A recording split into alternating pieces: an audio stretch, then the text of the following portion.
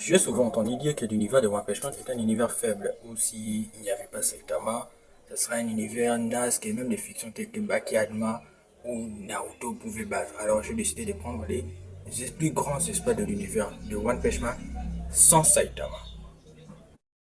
Numéro 6, l'espoir de Garou et de Platinum S. Durant son combat avec Platinum S, les deux ont réussi à faire des images résiduelles, formant ainsi des constellations au-dessus de la vie Z en 1,3 millisecondes.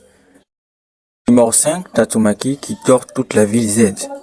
En dehors son combat avec Sakoroshi, quand Tatsumaki a su élever sa puissance, elle a tordu toute la ville Z au point de déformer la carte, sachant que la ville Z, les villes dans One Punch Man ont la taille des pays. Numéro 4, c'est Psycho-Orochi, en voulant démontrer sa puissance face à Tatsumaki, elle coupe une partie de la croûte terrestre, faisant des dégâts au niveau multicontinental. Numéro 3, Orochi. En voulant faire son attaque ultime face à Saitama, Orochi absorbe une partie des noyaux de la Terre, les faisant remonter jusqu'à la surface. Ceci faisant trembler toute la Terre, fait bouger des villes comme des vagues et des éruptions volcaniques. Ces niveaux étaient calculés entre un niveau multicontinental. Certains même l'échelle à niveau lune ou plus.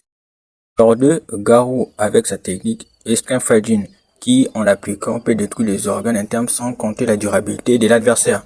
Mais ça ne peut pas faire que ça. Cette attaque a dû déformer toute la Terre au fin de pouvoir faire pousser une île de l'autre côté de la Terre, et ainsi briser les sauts dimensionnels.